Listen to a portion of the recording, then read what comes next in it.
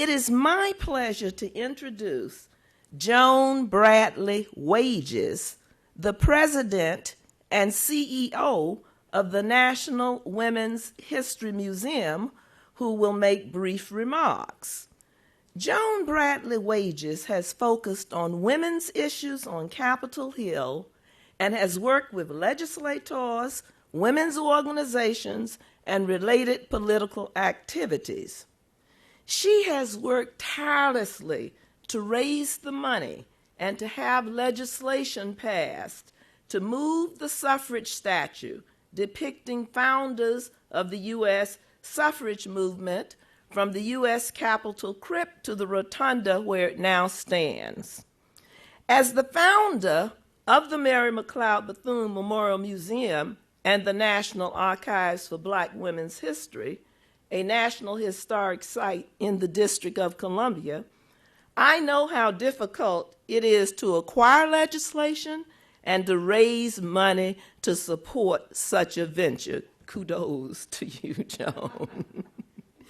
The Wilson Center is delighted to partner with the National Women's History Museum in the presentation of this lecture series.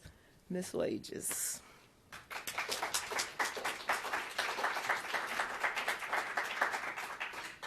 Thank you so much, Betty. It is our pleasure, from the National Women's History Museum, it is our pleasure to be partnering with the Woodrow Wilson Center on presenting this lecture series. The series evolved out of a series of meetings that we had earlier this year when we brought together scholars from across the country, scholars of women's history, to help us begin to sift through what will be in the program, what will be the content of the National Women's History Museum. And it was at the meeting at Duke University where we had the pleasure of meeting Dr. Glymph, and she had such enlightening questions and insights that helped all of us revisit our thinking and think differently. And she does this in such a phenomenal way that we greatly appreciated her having taking the time to be with us and to help us begin. As you can imagine, there is so much about women's history. So the question is, where do you start? And so we're at the beginning. We are just beginning to ask those questions and think through the issues. And so we were just absolutely delighted to meet Dr. Glimp then. I would also point out that Dr. Bonnie Morris is here and from GW, and she also participated in that those group meetings and helping us give some thought. So thank you, Dr. Glimp, for coming. We greatly appreciate your participating. I'm personally looking really forward to hearing this lecture. So thank you.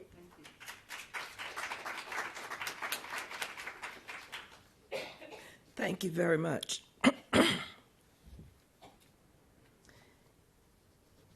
It really is a pleasure to introduce to you our speaker today. She's a long-term friend, and I won't get on that because I'll be talking forever. And about things they need not know. Yeah, you're absolutely right. You're absolutely right. But it is a pleasure. And I've always thought of Thavolia as a scholar's scholar. And for those of you who know what that means, you know that's the epitome. She is a scholar's scholar.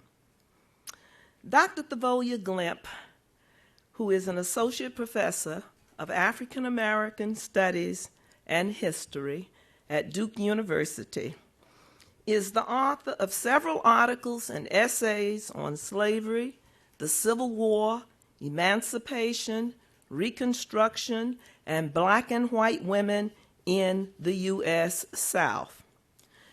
Professor Glimp is the author of the award-winning book, Out of the House of Bondage, The Transformation of the plantation household. And if you have not read that book, you should rush out and buy it and read it.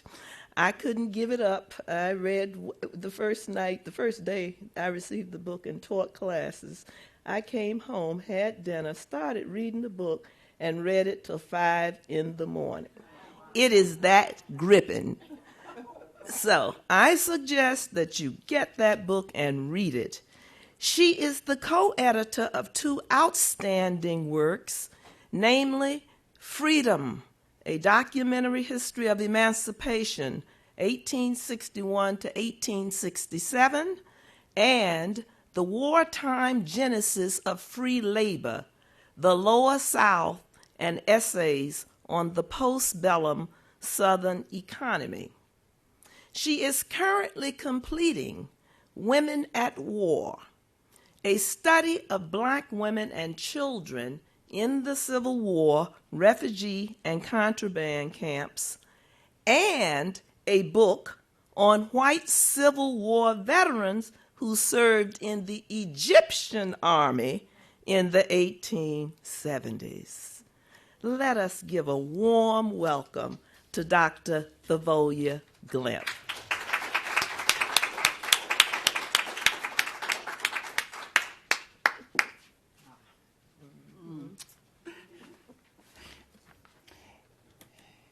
Good evening. First of all, I'd like to thank you all for coming out this afternoon, and to thank Joan for bringing me in and making me a part of this amazing project that will bring women to this capital in a way that they have not been here before. And so we are all in your debt for the really amazing, groundbreaking work you are doing, and I'm just really pleased to be a part of that in any way I can. And also I want to thank Sydney. Where are you, Sydney? Sydney, who got me here. And this always, so her emails are always, like, just really encouraging and not pressuring. You just know you need to get back to her. And Betty for that really nice introduction. We do go way, way back. And thank you for those kind words. And you should not have stayed up to 5 o'clock. But okay. So this afternoon, as Professor Collier Thomas mentioned, I am working on a couple of projects that have to do with women in the Civil War. One is the study of Black and white women and Native American women. Basically, it covers the entire country in the war, and separately a study of Black women and children refugees on the Civil War's battlefields. And so today, this afternoon, I'm going to be talking about that latter project, Black Women, and really kind of focusing today on a part of the project that I have not really talked about a great deal as I've been talking about this project in many places over the last year and a half. Okay, so I want to start with what has become my very favorite prayer. It's a father's prayer. It's a very short prayer, and it goes like this. Our children are dying in the camp, and they are dying as we tote them from place to place and bury them in the cold ground. This father's prayer was a prayer about children who are dying in what many scholars call contraband camps, and I call refugee camps. Children who were with their mothers primarily, who had fled slavery. All of these people, another freed person would later write, came to have a dread of the freedmen's camps because here they suffered and died. Enslaved women and men formed families and brought children into the world with death all around them. So writes historian Anthony Kay in his study of what he calls the second slavery. My work on the Civil War demonstrates that the world of death would be magnified during this conflict many times over. Slavery failed, but it was not dead. If I can get...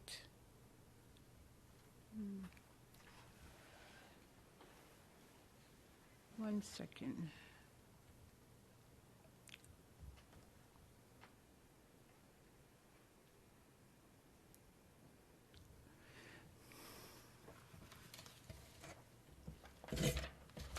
In 1861, white Americans staked their lives on certain principles. For these principles, they were willing to die. On the one hand, union with or without slavery. On the other, a pro-slavery nation-state. At first, President Lincoln and the vast majority of white Northerners believed that the sacrifices that would be made in the name of union would be made without any direct involvement of black people. Certainly, black men would not be called to fight for union. By comparison, white Southerners proved far less naive.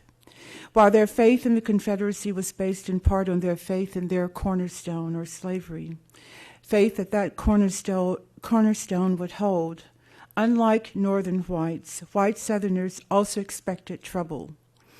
The enslaved people they knew could not be counted on to stand on the sidelines. Where Northerners, therefore, prevaricated, Southerners admitted the obvious. Black people, slaves in particular, were intimately involved, and that they were dangerous, which, as one group of slaveholders wrote, required that black people be made to know their duty. White Southerners, of course, did not expect or desire that black men would fight for the Confederacy. They did expect that black men and black women would play a vital supporting role. When the war began, Lincoln and his administration knew that most white Northern men were unprepared to fight either alongside black men or for freedom of black people. Northern strategies for mobilization, therefore, worked to distance black people, to place them outside of the conflict. The position of the North was clear. The Southern rebellion against the authority of the United States was a matter to be settled privately between citizens of the United States. On the other side lay the cause for which black women and men would give their lives. That cause was summed up in the 1930s by a former slave named Dora Franks. Dora Franks recalled that the first thing she remembered hearing about the war was one day when her master, came into the house and said to her mistress that there was going to be a war. It would be a bloody war, and that he feared that all the slaves would be taken away. Dora Franks stated, quote, "She, that is her mistress, she say that if that was true, she feel like jumping in the well. I hated to hear her say that, but from that minute, I started praying for freedom, and all of the rest of the women did the same thing." Throughout the conflict, slaves adhered to their own agenda, to their own principles of resistance, and they forced a steady erosion of the principle that this war between the North and the South was merely a family commotion, that it would be of short duration and not concern black people. In the process, they embarrassed the pervasive sentiment among white Americans that black people's participation would tarnish an otherwise principled contest. Or as Union General John Dix put it, black people's participation would, quote, taint the holy cause of union. Intermingling the questions of slavery and union, he argued, would subject the North to the imputation of intermeddling with a matter entirely foreign to the great question of political right and duty involved in civil strife. On May 14, 1861, General William Harney, commanding the Department of the West, assured the citizens of St. Louis, Missouri, who were uneasy that the government might interfere with slavery, that the intentions of the U.S. government were benign. He had received, he said to them, no special instructions, but he was confident that he should as soon expect to hear that the order of the government was directed towards the overthrow of any other kind of property, as of property in Negro slaves. In fact, Harney wrote that he was not a little astonished that such a question would be even seriously put. In all cases, he reminded Missourians, black people seeking refuge within Union lines had been turned back, and he cited with appreciation General Benjamin Butler's famous order to assist the governor of Maryland in putting down a reported slave insurrection. Enslaved people clung to a different interpretation in the face of all manner of contrary evidence and representations from the highest councils of the federal government to the lowest-ranking soldiers of the Union Army. Quote, "You are engaged in repressing an insurrection against the laws of the United States," President Lincoln. Here he reminded one of his generals in the summer of 1861. In the following year, in January of 1862, another Union general confidently concluded that, quote, "In regard to the Negroes, they are of no use to us. I would therefore have no more to do with them than is absolutely necessary to comply with the act of Congress."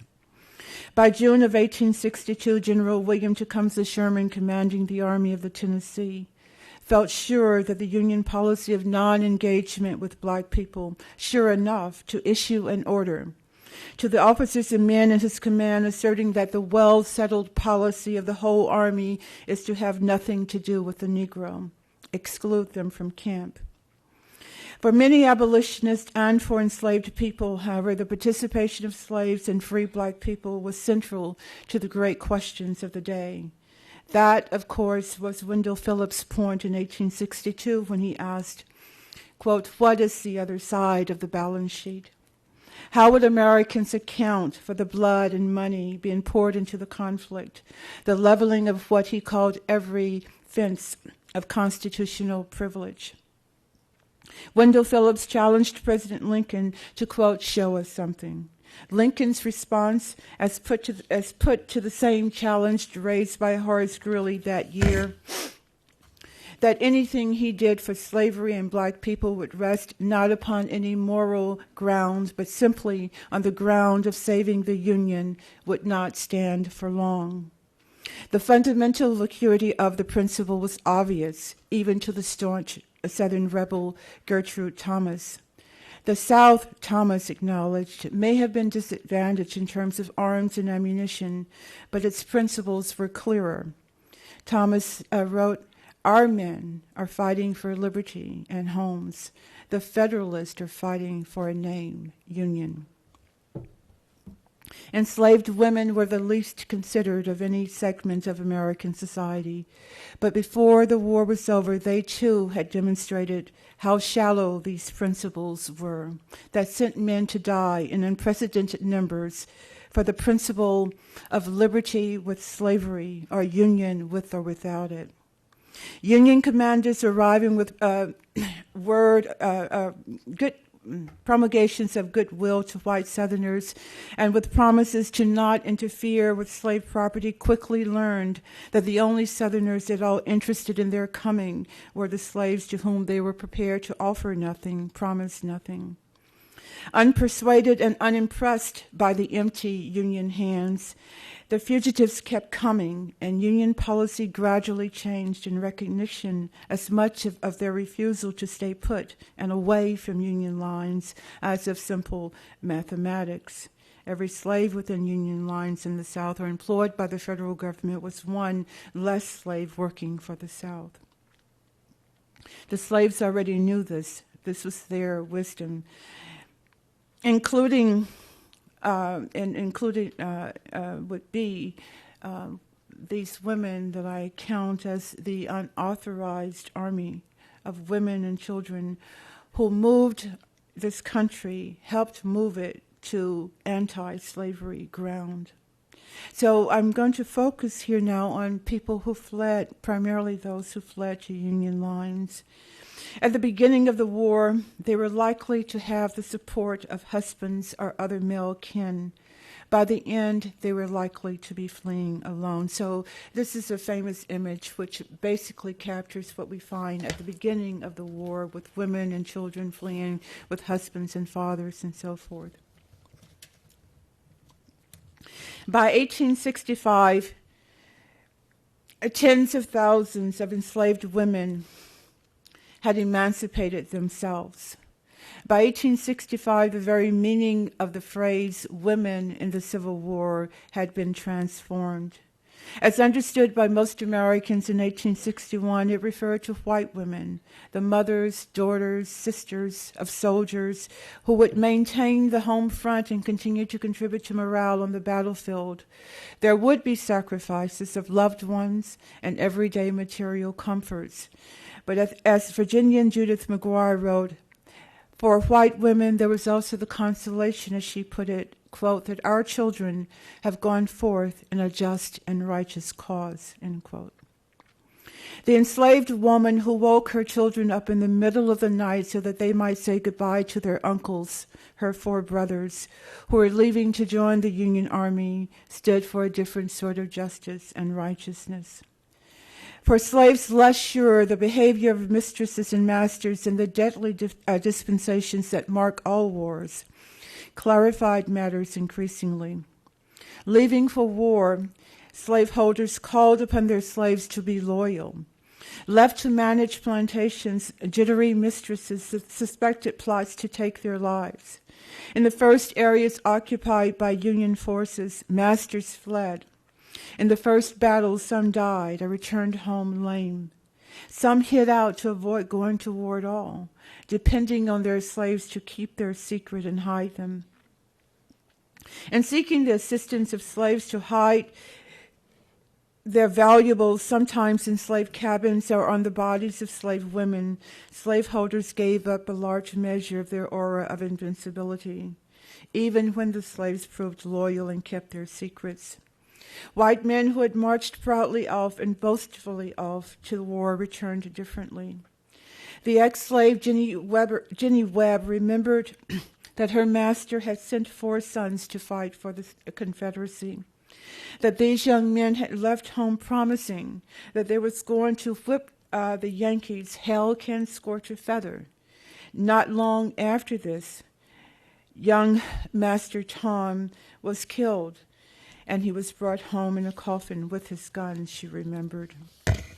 Frank Magwood recalled his parents saying at the beginning of the war that the white folks said that it would not last long, and that in the first year of the war, they said one Southern soldier could whip 3 Yankee soldiers, but after a while they quit bragging. His mother began to tell him a different story. In 1861, Alfred Sly's master left with other white men from the neighborhood in similarly jovial spirits. And over the next 2 years, Sly heard many Confederate soldiers brag that they would continue fighting till all the damn Yankees were dead. But Sly noted that he began to see more and more of those damn Yankees, and they were not dead. Union soldiers separated from their armies or escaping Confederate prisons sought and found refuge in slave cabins. Slave women fed them, and when they could, gave them food to take with them and clothing with which to disguise themselves.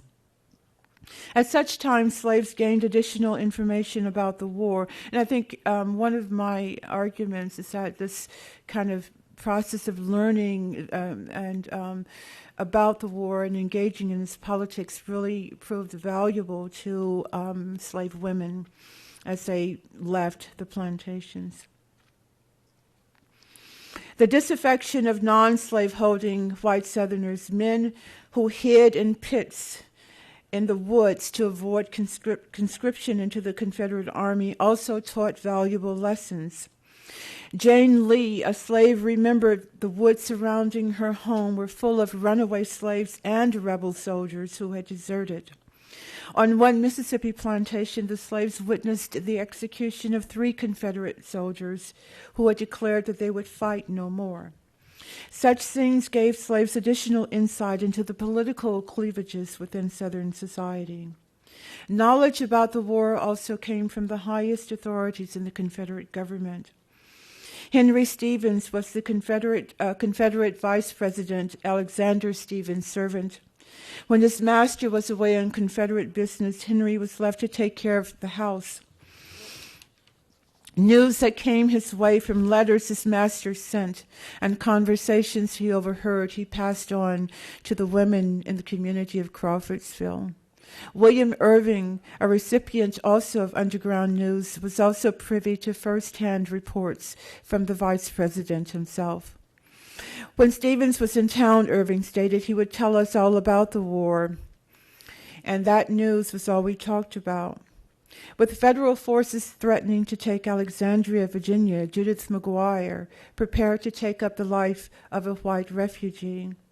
She left her home in the care of her slaves, trusting in their promises to be faithful, and turned over to them the keys, the symbol of her authority in the plantation household.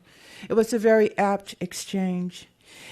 Georgian Mary Ann Lamar Cobb similarly left her home in Athens in the care of her slaves. And in all of these cases, the slaves proved not to be trustworthy from the perspective of their owners. Under such conditions, even the gloss of paternalism faded. Each such act increased slaves' understanding of the war and encouraged them in their faith. The freedom lay in the balance. For the most part, black people kept their own counsel, and an estimated 500,000 to 1 million made the unauthorized declaration that the Union Army and its geographical lines of authority represented, at least ought to, places of refuge. But Union lines, like all military lines, shift, and they shifted more than they remained stable. So what might one day be a regularly established camp might the next be nothing more than the campfire ashes and the trash of an army ordered elsewhere, or forced elsewhere by Confederate forces. Enslaved women hoping to follow their soldier husbands were often left behind or forced to return to the plantations. Edmund Ruffin exulted in the defeat of his slaves who had gone to the Union lines and had to come back when the Union Army left. The Negroes, he wrote, supposing that the condition of things was generally all around them, one of Yankee domination, were astonished when the Yankees left, their friends and protectors. Even when such moves and movements were not calculated to harm black people, they often did. Ruffin's slaves returned, he wrote, to general and complete acquiescence.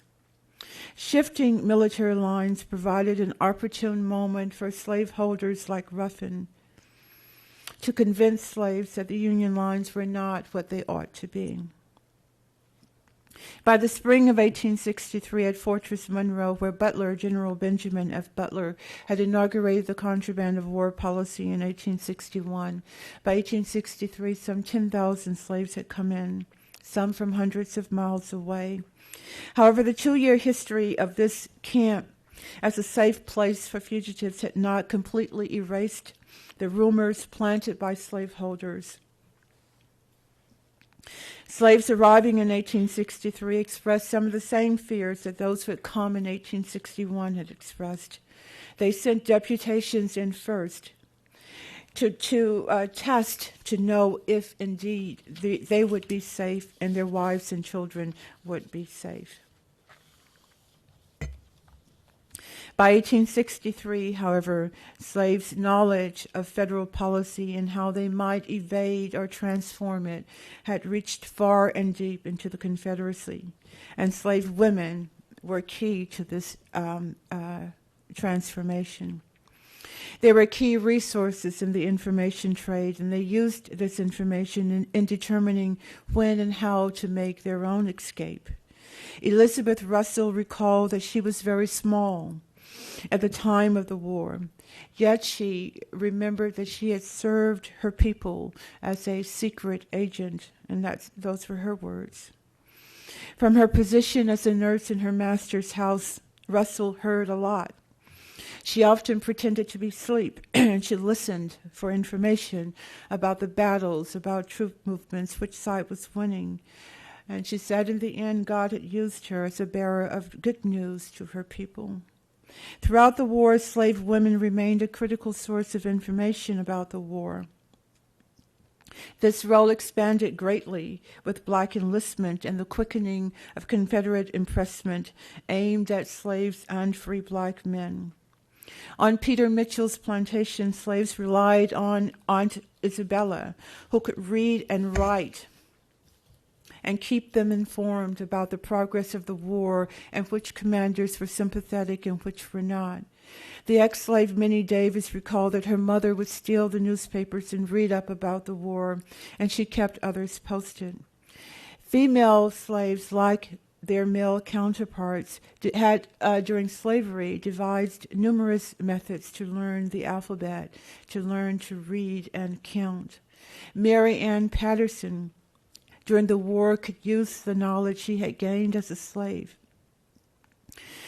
When she would go to, during cotton picking season, when she would turn her cotton in, she would stand and listen to the white men counting on the scales, she wrote, and pretty soon I could count my own cotton. The Civil War opened wide antebellum crevices to knowledge about the larger world. Hannah Fambro testified that the slaves on her plantation near Macon, Georgia, knew all about it because one of them could read. Lulu Wilson remembered that her mother was a religious woman and believed that the time was coming when slavery would end. Cloanne prayed to see the end, quote, before I die, and if I see the end, I'll quit my cussing and fighting and roaring. These experiences formed the philosophical ground, what one Southern minister would later describe as black people's pure anti-slavery gospel. The philosophical ground upon which slave women waged war against the Confederacy and slavery. Their experience in the Civil War varied greatly depending on the circumstances of geography, federal and Confederate policies, the movement of armies, the response of slaveholders, and their own sense of the possibilities the war opened up. The war provided the space and the opportunity for them to put long-standing strategies of resistance to a radically different purpose, the destruction of slavery. In the result, their lives, as well as the conduct and aims of the war, were radically transformed. When war came, slave women could not officially take up arms, but they could flee. They could offer assistance to Union forces. They could decline, and did decline, to offer assistance to the Confederacy. They could render, as they did, with the greatest reluctance and inefficiency, the labor so essential to the Confederate cause. And unofficially, they could and did take up arms. The Civil War made possible the transformation of personalized individual struggles against slavery into a mass movement for its destruction. Enslaved men quickly found places as laborers and officers' servants. Enslaved women had a much more difficult time. But resisting the notion that their exclusion from Union lines was a matter of firm and irreversible policy, they kept pushing and eventually saw that policy reversed. The policy reversal did not mean that Northern opinion that black women were at best a nuisance ended.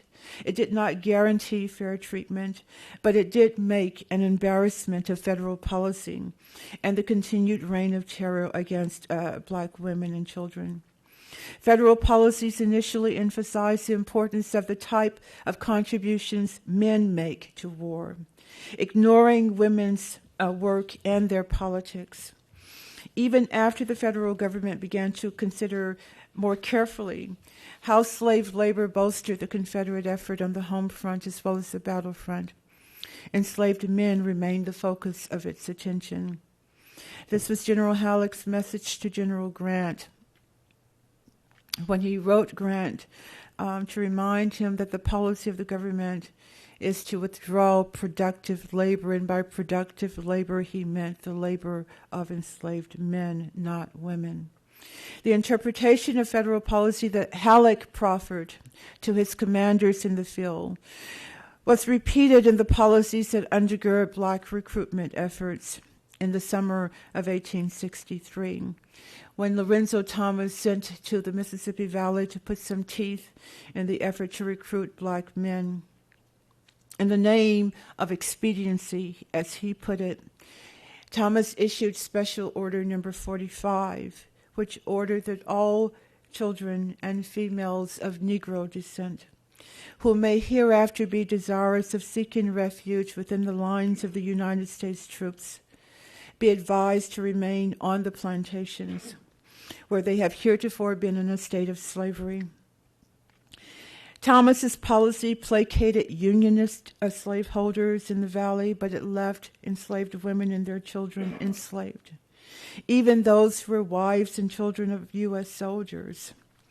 Union forces were rarely able to, and often not even inclined to, offer the kind of protection these women would need even when they came into Union lines.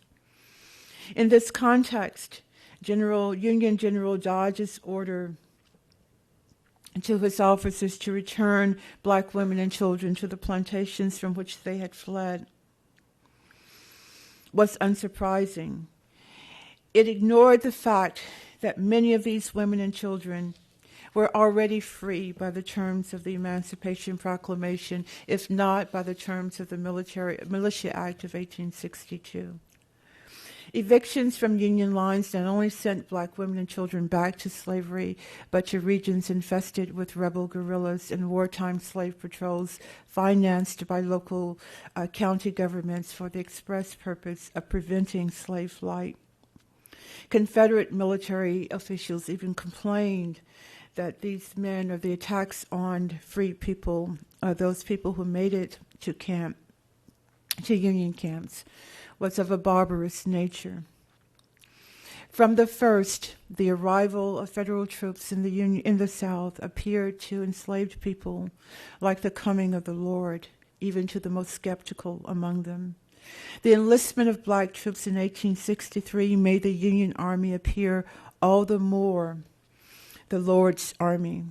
Indeed, for the thousands of slaves brought out of freedom in military raids, the bosom of Abraham was no longer the heavenly dream of Lazarus, but a place on southern soil. The metaphor invoked the power of God and God's retribution. For hundreds of thousands of enslaved people, Abraham's bosom lay within Union lines. Some slaves, like those in South Carolina, in the Low Country, and over time in other places, did not have to take one step to get to Union lines. For thousands of others, tens of thousands, movement was key.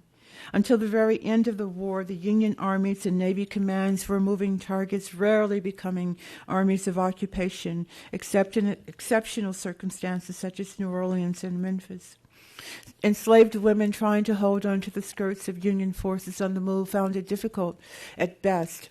From the beginning of the war, they, like slave men, initially began targeting Union gunboats moving up inland waterways as places of refuge. By 1862, the number of women seeking refuge on Navy vessels had increased dramatically. They included women like 23-year-old Charlotte, 16-year-old Emma, 15-year-old Lorinda, and Margaret, 13 years old, who escaped from a Virginia farm along with their small children. They included slaves like 45-year-old Lucinda and Mary, the only servant of her mistress. They included Louisa and Winnie, both 18, 16-year-old Maria, and Winnie's 4-month-old child, and Letty Robinson and her husband and their 2 young children. They included George and Dick and William as well. The escapes involving slaves were also clearly coordinated. In the prolonged campaign on the Mississippi River leading up to the capture of Vicksburg, enslaved women would have what I consider their most sustained engagement with Union troops and Confederate forces. Women and children were heavily represented among the slaves seeking refuge there, too, on Union Navy boats. In 1862, the U.S. steamer, the Jackson, picked up 39, and the following day, an additional group that included 9 women and 11 children. The husbands and fathers of the women and children were also, in this case, in the group. But Matilda Smith was alone with her 2 boys. 2 of the women brought along 2 children each, and 4 women boarded with 1 child each. Only 2 of the 9 women who went aboard on that first day were without children. And these women who sought protection or refuge on this particular Union gunboat, the commander of the boat was sympathetic, and he was also inclined to follow existing policies at the time, which required that he give them protection. But it only took one other commander who disagreed to make things pretty bad. And in this particular case, the efforts of the commander who brought these refugees on board to protect them collided with the belief of another Union commander that the Navy was under no obligation to do so. The second commander had the women and children removed and sent back to slavery. The decision still of enslaved women to flee with their families or alone and to embrace Union gunboats or Union lines was not an unthinking or unreflective decision. These women and children were imbued with a consciousness of resistance through flight. That was a very important part of slave thought. In many communities, runaway slaves had attained heroic status. Scores of women during the Civil War, and men for that matter, remembered knowing someone who had made the attempt before the war. Betty Chessier, for example, a slave woman, recalled with pride that members of her own family had escaped before the war. Some of them ran away sometimes, she stated, and they weren't captured either. For many, the woods and swamps of the South had remained places of refuge well into the 19th century. One ex-slave recalled while he personally had not known anyone who went north, he knew lots of people who ran to the Delta before the war. Dora Franks remembered that her uncle had taken refuge in the Delta, and it was only with the end of the war did he leave his cave hideout for good. Long after emancipation, Lizzie Johnson recalled the daring of her father and more than 24 other women and children who ran away from slavery before the war and made it to Indiana and Ohio. Virginia slave Hilary Chavius recalled also 200 people who had made it to freedom before the war. Lucy Ann Warfield talked about the fact that her aunt had made it and she could now make it herself. A consciousness of this history of resistance informed the decisions of slaves to flee to Union gunboats and military encampments. How am I on time? It also influenced the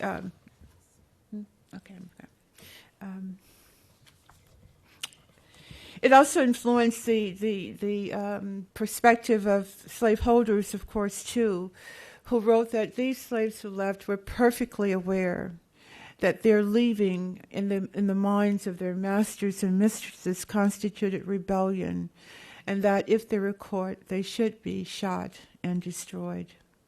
The camped quarters of Union gunboats meant that even the most sympathetic officers could offer but temporary shelter. As the number of black women and children especially increased, gunboat commanders, obligated by congressional law to accept them, struggled to find a place for them.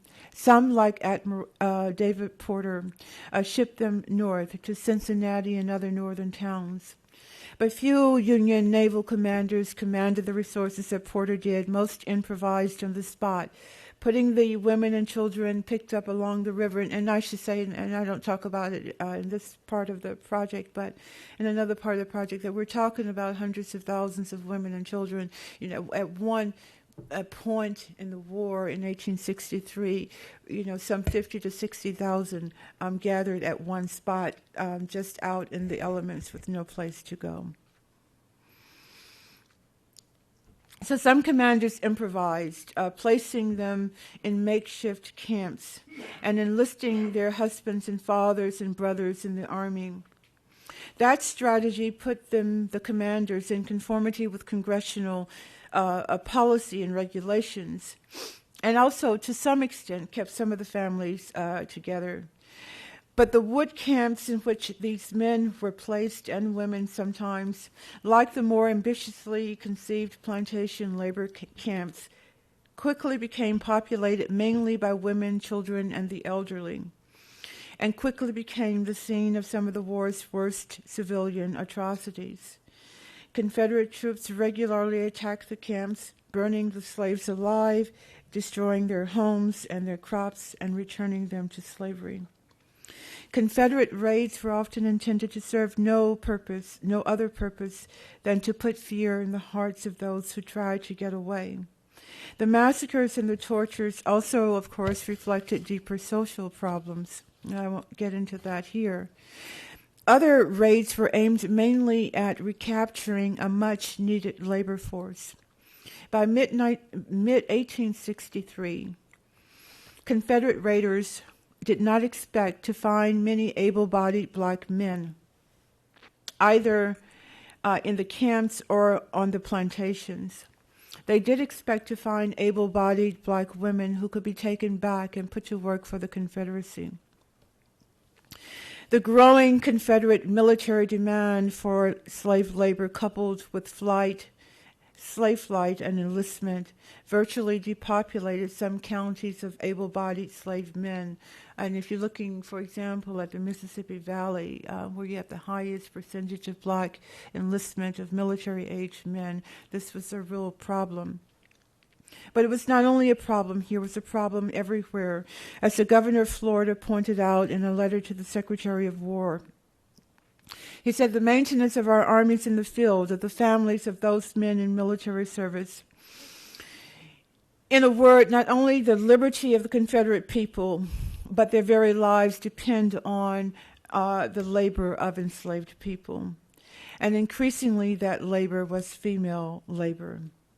By March of 1865, Virginia planter T.L. Preston had 30 slaves remaining.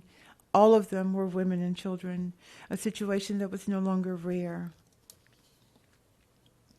Considering a request from the Confederate Secretary of War in early 1864, on the feasibility of taking or withdrawing all able-bodied slave men from within the reach of Union forces, a Virginia legislative committee said no. First, it said such a policy would do little good because the great bulk of these men had already gone to the enemy.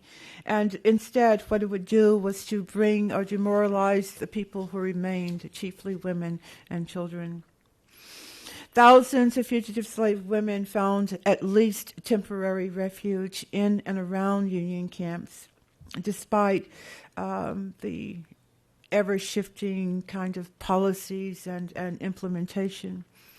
With few opportunities for formal military employment, they offered their services as washers and cooks. But life within Union camps made many wish they had not come. Many Northern soldiers still adhered to the most virulent forms of racism and sexism. To relieve the tedium of camp life, Union soldiers played games dressed in women's clothing, held womanless mock marriage ceremonies, and were fond of playing pranks and games designed to ridicule freed people in the camps. Fugitive women were special and vulnerable objects of attack. They were called winches and monkeys, and things that are not even, I don't even want to say. At any rate, thousands still came, despite these problems, seeking refuge in the bosom of Abraham. But for the majority, freedom came only with the arrival of Union troops into the Confederate interior. Us looked for the Yankees, Thavolia Barrow recalled, like us looked for the Savior and the host of angels at the second coming that came in February. Betty Foreman, a slave belonging to North Carolina Governor Manley, recalled the day that hundreds of Yankees came to Raleigh. They seemingly, she said, fell out of the sky. When one of them overheard her mistress's granddaughter summon her home, they told the child to take the following message. You tell your grandmother she ain't coming now and never will come back there as a slave. In Alabama, Mary Ellen Granberry and her family waited out the war. Her father stayed, she said, because he couldn't see how to take all of us children with him. But her uncle enlisted to help fight for freedom. Union soldiers marching to the tune of John Brown's Body helped to transfix the image of the Northern Army as the Army of the Lord. Women and children rescued and emancipated by Union soldiers marching under orders to protect them, who joined their columns, to protect those who joined their columns and to hang any rebel who interfered and burn his house, had the best of reasons to believe that the army of the Lord was at hand. Despite the frustrations of Sherman's Georgia campaign, the strains of his men singing that tune as they marched out of a destroyed Atlanta enveloped the slaves who followed them and gave them hope. To the best of the knowledge of those who knew her, the slave Harriet never made it to freedom. When the Yankees came to her plantation to remove the slaves to another place, she refused to go. The soldiers hung her up in the doorway of the storehouse and left her there. So there were, this kind of freedom was coming and freedom was, retreating. It was constantly moving forward and backward. Slaves were far more greatly disappointed when the Yankees appeared less as the enemy of their masters than the enemy of slaves themselves. Belle Carruthers, a slave woman, remembered that the Yankee officer Major Berg, who came to her Mississippi plantation, had sat on the front porch, relaxing and chatting with her mistress. Her mistress told the Union officer that she had 6 sons in the Southern Army and that she wished she had 60 to give. The Union officer responded that he really admired her patriotism, and he granted her request for a guard for her home in exchange for a good meal. On account of that, Carruthers remembered, our house was not burned when all of the others in the neighborhood was, but it should have been burned, she thought. Yet enslaved women's encounters with federal soldiers could be as liberating as Carruthers was the opposite. Escaping on her own from Tennessee, Virginia Washington recalled that she slept in the woods for several days and was eventually aided by Union soldiers who directed her to Cincinnati. Another slave woman, Harriet Suggs, had tried to run away, and she was captured and her daughter and returned. But they eventually tried again, and this time they too were aided by Union soldiers and made it to Indiana. By early 1865, with Confederacy in desperate straits, talk of enlisting black men as soldiers in the Confederate Army, this drove thousands of more slaves, male and female, to take flight. Catherine Edmonston noted that all around her, slaves were deserting in droves. They have taken a panic, she wrote, lest they be put in the army. As the number of slaves leaving continued to grow, Edmonston began to suspect that their flight represented more than just a panic, that really there was too much method to what they were doing, she wrote, for it to be a panic. But she prayed that they would fail. She prayed that they would, quote, meet hard times and have to come back. To my knowledge, they met hard times, but they didn't go back. Sevilla Burrell's master lost his son in the Civil War, and in the end, in her master's old age, it was Sevilla who returned to sit by his bedside. But while she fanned the flies off of him and observed the deep lines of sorrow that had plowed his face. She also remembered that the dying man had fought to keep her enslaved. As she sat there, she stated, I remembered that he had been a captain on horseback, cavalry that is, in the war. It come into my remembrance the song of Moses, that the Lord had triumphed gloriously, and the horse and his rider had been thrown into the sea. In this statement, Burrow left to posterity her political theory, one shared by thousands of freed women who had come through the Civil War. They had not fought in the military uniform of the United States, but they believed that they had contributed to the success of the Union cause. They rejoiced in the freedom they had helped win. When the war ended, Hattie Rogers remembered, I had just been hired out, but I was never sent off. It ended as two of Nellie Smith's sisters were about to be sold.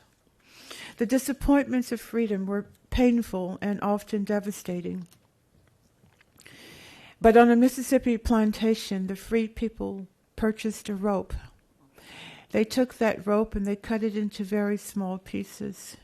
Each one of them took a piece to keep and say, they said, that every time they looked at that rope, they would remember that they were free from bondage. A slave until the very end of the war. For Charlotte Ann Jackson, it was this simple.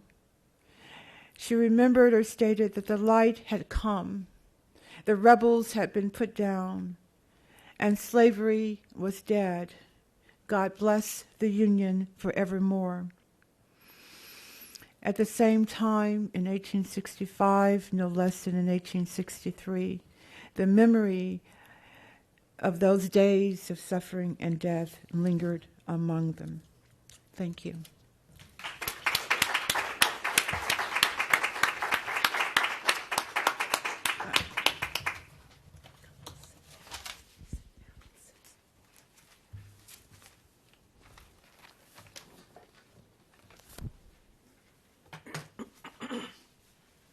We want to thank Dr. Glimp for that excellent presentation. And we have about 25 minutes for questions. And so I'll lead off with maybe one or two. These, you refer to them as refugee camps, and of course, most scholars have referred to them as contraband camps because of the term used by Butler, contraband of war. Heretofore, with the studies that I'm familiar with, that scholars have done, their work has focused on particular camps like Freedmen's Village. But what your presentation suggests is that these refugee camps were widespread and that they were very numerous. Could you give us some idea of approximately, and I know this is a difficult question because I know that you haven't pinned down all the camps, but just some idea of roughly of approximately how many refugee camps we are talking about, and are they concentrated mainly in the Upper South, or are they dispersed in other areas as well? Well, in fact, a colleague at another institution, Amy Taylor Murrell, has been working with the Park Service to sort of pinpoint those camps, and they have located hundreds of contraband camps, and I think that's just the sort of tip. And so the camps vary in size. The camps, some camps were of long-standing, like Freedmen's Village, Fort Monroe, Mitchellville in South Carolina, and those camps are the ones that tend to get the greatest amount of attention from scholars and the general public. and they are seen as sort of model camps where people came in, were fairly well treated. They could, establish schools. In Mitchellville, South Carolina, they had their own government, elected their own officers. Part of what I'm trying to do is to say, okay, there were camps like that, and even they were not perfect. But most camps were not settled, kind of pretty warm and fuzzy places. And camps in areas that were very contested militarily, like in the Mississippi Valley, that long period it took from 1862 when New Orleans fell to July of '63 when Vicksburg fell. I mean, you have huge armies contesting to get control of the Mississippi River, gunboats, army commands, and the people in that region just are really struggling to some extent just to stay alive. But the women and children who are increasingly without their husbands for being enlisted in the army are entering these camps where there's no protection, but where they're asked to grow cotton or to pick abandoned cotton for the federal government. And so one of the other things that I'm looking at is, what happened to all of that money that was made when the federal government took that abandoned cotton, which to my mind was the property of the people who had grown the cotton. But instead, the women and children were talked about as a burden, an economic burden on the federal government, when in fact, their labor sent millions of dollars into the federal Treasury Department and continued to do so even after all the abandoned cotton was taken, because the government put them on these labor camps to grow more cotton under the supervision of Treasury agents or Northern men who had come down, or Southern Union loyal Unionist men. So that's a long answer. Sorry.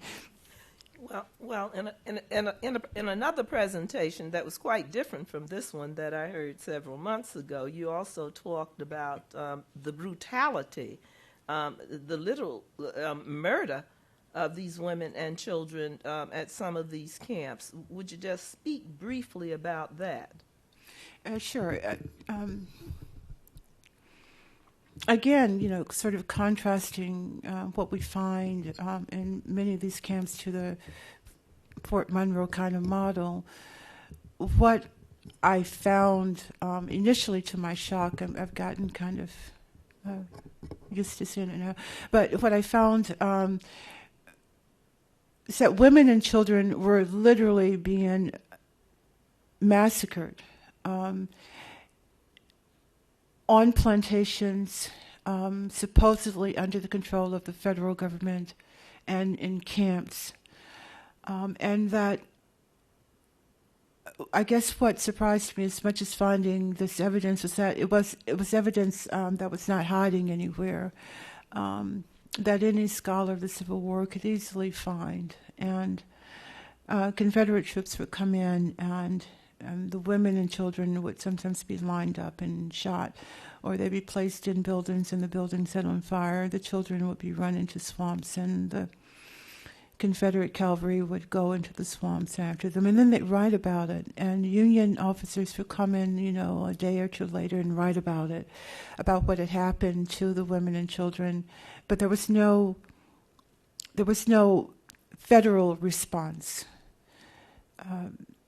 There were no missionaries who came down and said, let's help, which I found to be kind of interesting, given that when you look at the South Carolina Low Country, where Union forces took control in November of '61, and almost immediately Northerners began organizing right to go down.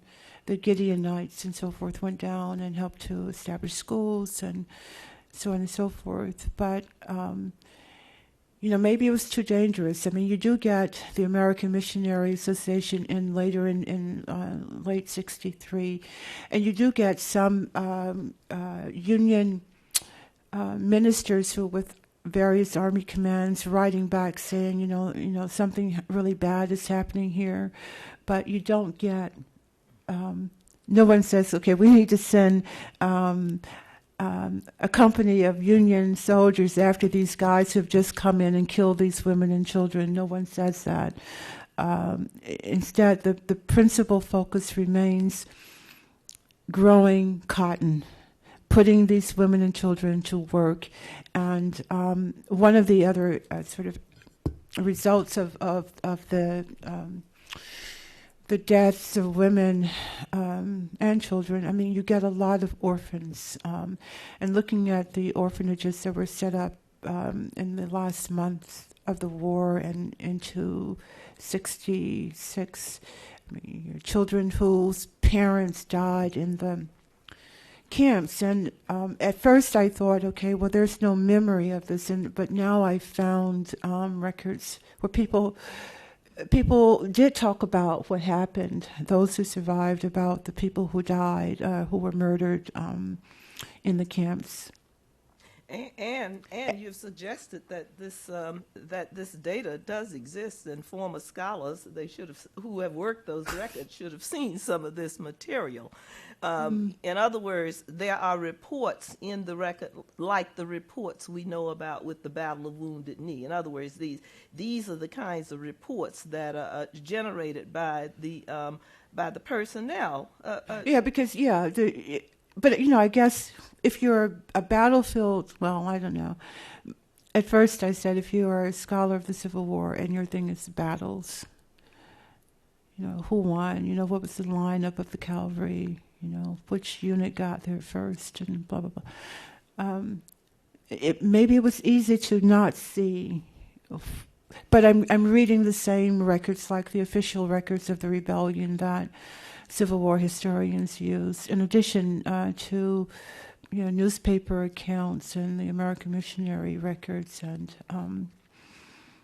the slave narratives and planner records, where even slaveholders talk about what happens in these camps, because some of them are pretty ticked off because they're losing property, and that a lot of what they call irregular units, of Confederate irregular units. These are sort of informally organized guerrilla forces that owe allegiance to basically no one, so they can kind of do what they want.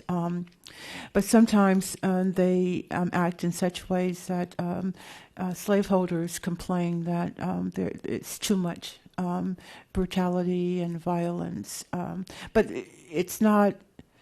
We don't have our problem here in telling the story. It's not a scarcity of documentation. Yeah. Well, let's open it up to questions from the audience. I'm sure questions or comments. And would you introduce yourself and then ask your question? Questions? Yes. You have the mic. Yes. Wait, she'll bring you the mic. Thank you. Thanks for a very good talk. I'm Chester Hartman. I'm the Director of Research for a group called PRAC, the Poverty and Race Research Action Council here in Washington. Curious about, there any evidence or records of the use of weapons, or defensively or offensively, by women, or training them to do it? I mean, the rifles and shotguns were kind of primitive, but there were also pitchforks and swords and knives. Is there any evidence of this? You mean weapons by women to gain their freedom? Defend themselves or be offensive, be soldiers? I haven't found any and I think in the camps, because women, the raids come unexpected. I have found women armed in other circumstances, but mainly the women that I find who have armed themselves are women who are not in a camp. These are women who are enslaved, but who have decided that they need to do something, right? And so they take up arms. There's one woman in particular that I've been following who organized a fairly large group of men who followed her, and their goal was to force the planters in that region to emancipate their slaves or move out, or alternatively to get the slaves to Union lines. But I haven't seen any evidence that women fought back, but it would make sense that they would have. But none of the commanders or officers who wrote reports, none of them have mentioned it that I've seen, and I haven't found any diaries. Good question, though. I should think about that. Other questions? Yes. Right here in the back. Good evening. Hi, I'm Rochelle Brown from the Smithsonian Institution. I had a question about the Rebecca that was hanged by the Union because she refused to leave. How often do the documents show incidents like that occurring, and who makes the reports when those incidents occurred? It varies. Thank you for the question. It varies. Sometimes there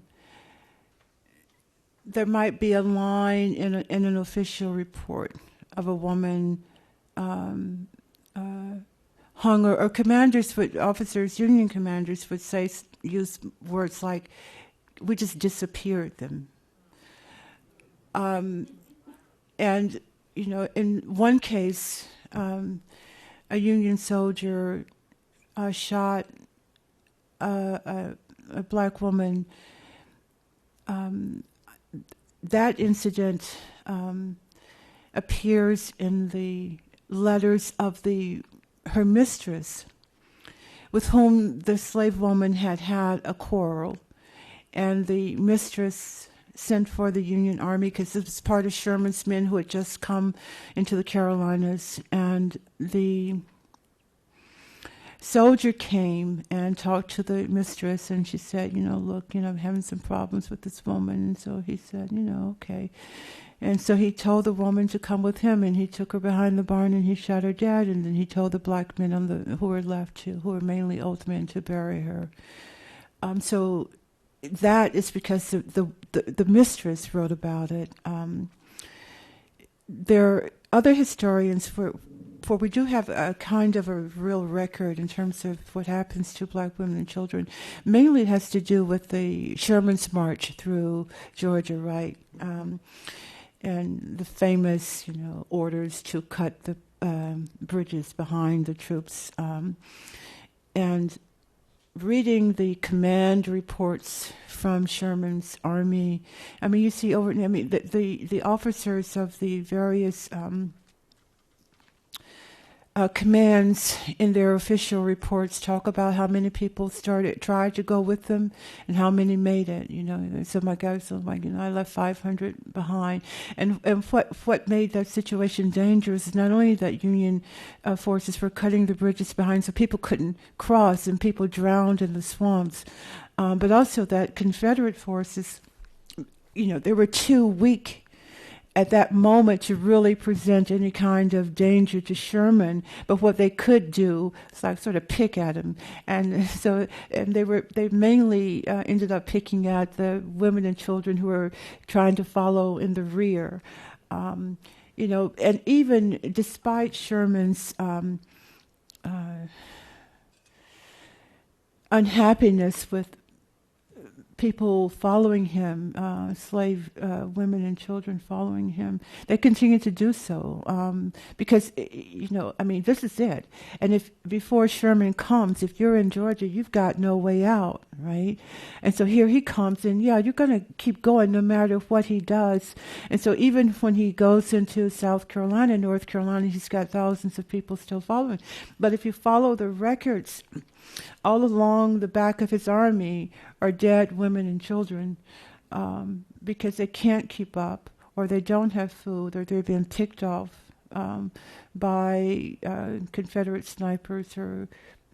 And then there are a lot of desperate men on the road by this point, who have deserted the army and are trying to make their way back home. There's a famous statement in Mary Chestnut's diary where she criticizes,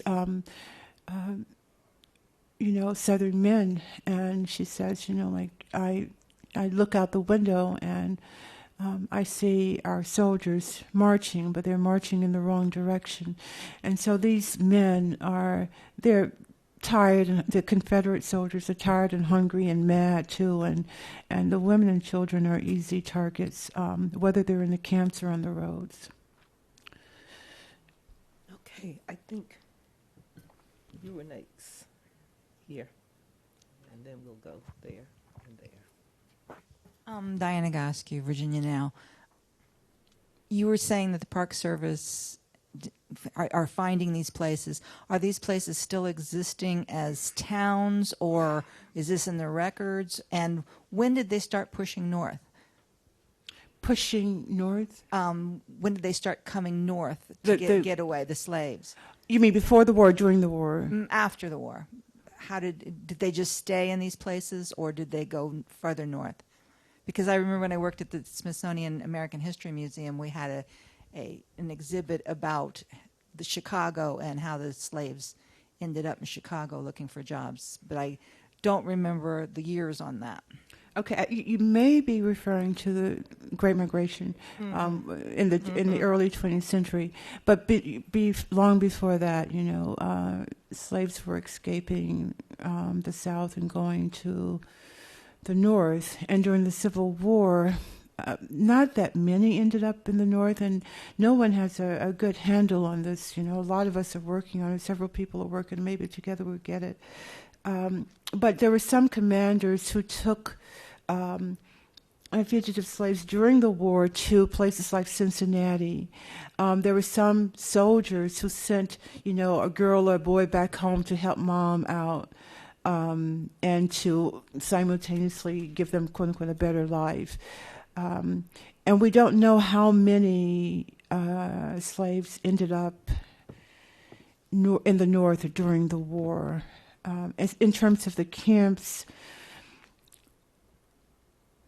there are numerous ongoing efforts to not only to locate the camps, but to put up some kind of monument to what happened at these places. The most famous probably is Fortress Monroe, where President Obama recently signed a bill that will make it possible for that space to be designated a park where remembrances can take place. I was recently down in the Low Country on the island of Hilton Head, where the camp of Mitchellville was. Mitchellville was a camp named for a Union general who was instrumental in getting the camp started as a settled sort of place for black people. And he died shortly after the camp had started organizing. And so people, descendants of the Gullah people on Hilton Head Island, working with people who have retired to Hilton Head Island, they have secured the land where the camp was, and they're raising money now to build monuments. And so what I told them when I spoke to them a few weeks ago was that I hope that their efforts would not result in the kind of monument that we have at the Corinth battlefield, which is the National Park Service. Any National Park Service people in here? National Park Service camp. Let me see if I can show you what I just like.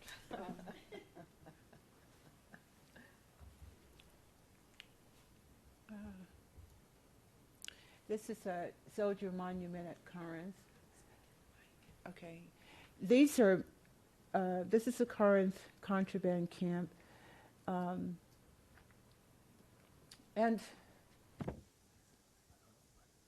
as statues go, it's okay, right? But it doesn't tell a story. Or if it tells a story, it just says that these people were here. It says nothing about how they got there. It doesn't evoke any of the pain and suffering, struggle that they went through to get there. This guy farming, like, what is that, a cabbage? I mean, that is really odd. And it was one of the camps that was established for a little while, and it reminds me of this kind of "we gave you freedom" kind of perspective here, and also, I mean, these are the kinds of images we tend to see of contraband, where people are kind of just sitting around, and again. One would not get any sense that these people had worked on their own behalf for their own freedom, right? And I could go on, and I like this because there's a black woman in the camp. We don't have time for many more questions, but just as a follow-up to that, yes, and I include that last one in my book, Jesus, Jobs, and Justice of the Contraband. One of the problems that the scholar has is the discrimination in terms of the eye of the camera. And it doesn't matter whether you're doing Civil War or the Civil Rights Movement. If you're looking for women in the Civil Rights Movement, it's very difficult, too. And so one of the problems is that we are left with the photographs that are there, and some of the most commonly used ones are those at the Library of Congress or at the National Archives. Let us get to the other two questions. Thing, Betty. I agree, but I agree with you on our interpretation. Yes, no, and I didn't want to get into that because I work with the Park Service, and that's a whole conference. So we don't want to get don't want to get into the Park Service and interpretation, and I don't want to get into it. So that's why I didn't reference that. But we're going to take two more questions, yours, and then we'll. She has. Okay, well, we have one here. Well, we'll take three. One here, and then there. And that's the last one. And try to tighten them. And you say, I have nerve telling you that. But anyway. To tighten my answers? Yeah, as much as I talk.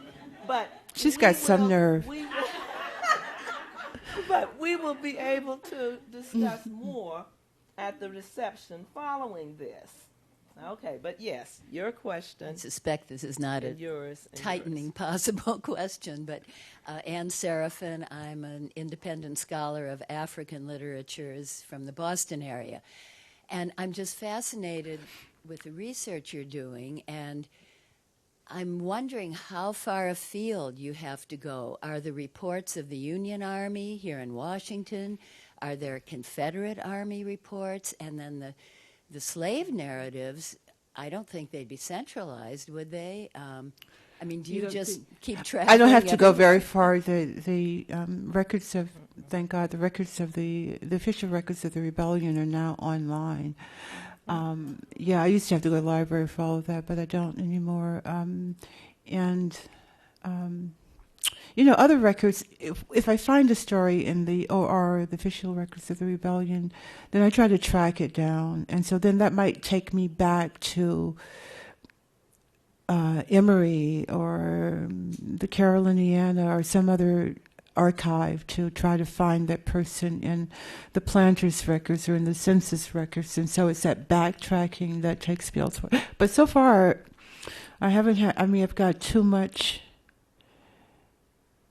information, and I can only write one book.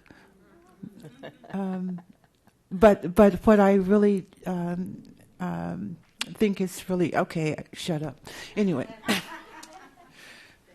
And your question, and then yours finally. Your question, then you're the final. Hi, mine's more an observation. I went to the American Indian Museum, and I noticed the same thing. You didn't see any of the pain of the people, and you were speaking of the pictures.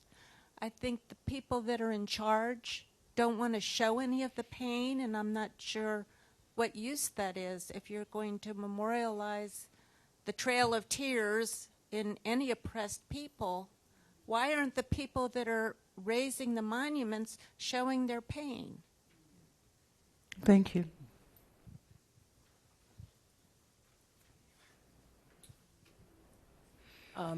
The great thing about about your lecture is the fact that it just reveals so much about what has not been revealed, and it also indicates that there's so much out there that needs to be done. And I guess my question is, how can we get more scholars or African American students to realize that there's so much history out there that the story just has not been told, and what can we do to get some of these revelations that you're obviously bringing out? And the other part of my question is it possible to get the records on, we see that the plantation owner and the slave woman there were relationships, and from that came children. It seems as though there's a story out there about how many children came about as a result of these relationships with these soldiers from both camps. And I think that story, that's a terrible story in a sense. Well, the latter is a part of the book, because there are former slaves in the 1930s who remembered that their fathers were Yankees. And Yankee soldiers write home to their wives and mothers, and they're fond of saying something like, remember Joe from the farm down the road? You wouldn't believe what he's doing. And that Joe is messing around with the Negro women. And of course, they're never doing anything themselves. But